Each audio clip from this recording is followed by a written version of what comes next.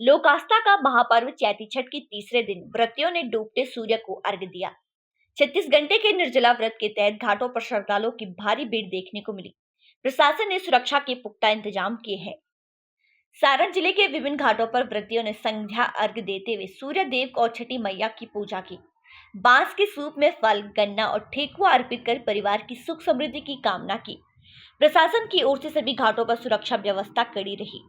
SDM Anita Sinha, video बिंदु कुमार और थानाध्यक्ष विजय कुमार चौधरी ने घाटों का निरीक्षण कर व्यवस्थाओं का जायजा लिया। छठ महापर्व में डूबते और उगते दोनों सूर्य की पूजा की जाती है। मान्यता है कि इससे स्वास्थ्य, समृद्धि और संतानों की लंबी उम्र का आशीर्वाद मिलता है। अब चौथे दिन उगते सूर्य को अर्घ्य देने के साथ इस महापर्व का समापन होगा।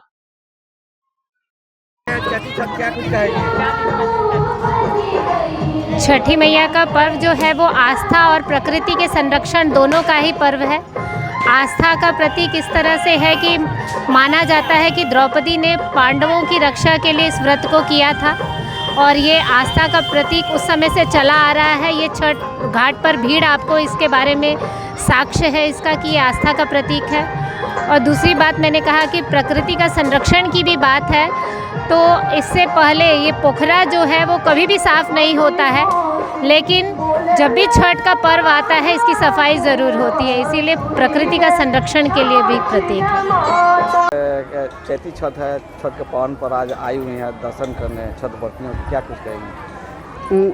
छठ पर्व जो है वो अपने आप में बिहार की लोक आस्था का सबसे बड़ा प्रतीक है और ये चैती छठ एक कठिन तपस्या को दर्शाता है। किस प्रकार हम अपने आप में संयम बरत कर ईश्वर की आराधना कर सकते हैं और उस आराधना को किस प्रकार हम प्रकृति से जोड़ते हैं।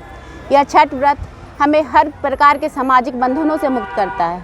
छठ के द्वारा हमें यह दिखलाया जाता है या सिखाया जाता है कि किस प्रकार ना छोटे का, ना बड़े का, ना अमीर का, ना गरीब का, किसी का कोई महत्व है। अगर महत्व है तो एक ही का, वह है प्राकृतिक सूर्य उपासना। ये आराधना का ही नहीं, ये है एक लोक आस्था का विषय है जिसके द्वारा हम आपस में जुड़ते हैं, एक दूसरे को हम प्रणाम करते हैं और इसके द्वारा हम सामाजिक बंधनों से मुक्त होते हैं।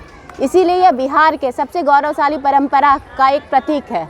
इसने बिहार को पूरे विश्व में एक अलग पहचान दी। चाहे वह इतिहास में कभी भी देखा जाए तो लोक आस्था के इस पर्व को पांडवों ने भी किया था और आज तक हम अभी तक अनवरत करते जा रहे हैं। और छठी माँ की कृपा से मतलब बिहार को अगर कोई पहचान दे सकता है व्रत तो यह है छठ पूजा का व्रत। जी नमस्कार। छठ है, आज घाट पर आई हुई है छठ व्रतियों से मिलने के लिए, क्या कुछ? देखिए, छठ व्रतियों से मिलना और सूर्य की उपासना का पर्व है। ये प्रकृति की पूजा करते हैं हम और यहाँ पे आकर के सभी से मिलके सभी से इतना प्यार और स्नेह मिला और जो आशीर्वाद मिल रहा है उसे मन हर साल की भांति इस साल भी बहुत ही प्रफुल्लित है। मुझे एक आत्मसंतुष्टि और आत्म खुशी मिलती है जो कि आज भी अनुभूति हो रही है और प्रार्थना करूँगी छठी मैया से कि महाराजगंज वासियों पे अपना आशीर्वाद ऐसे ही बनाए रखे, सभी को स्वस्थ रखे, खुशहाली जीवन दे, बच्चे दुनी रात चौगनी विकास उन्नति करें, अपने परिवार के साथ साथ महाराजगंज का भी नाम रोशन करें और बिहार राज्य के साथ साथ देश का भी नाम रोशन करें।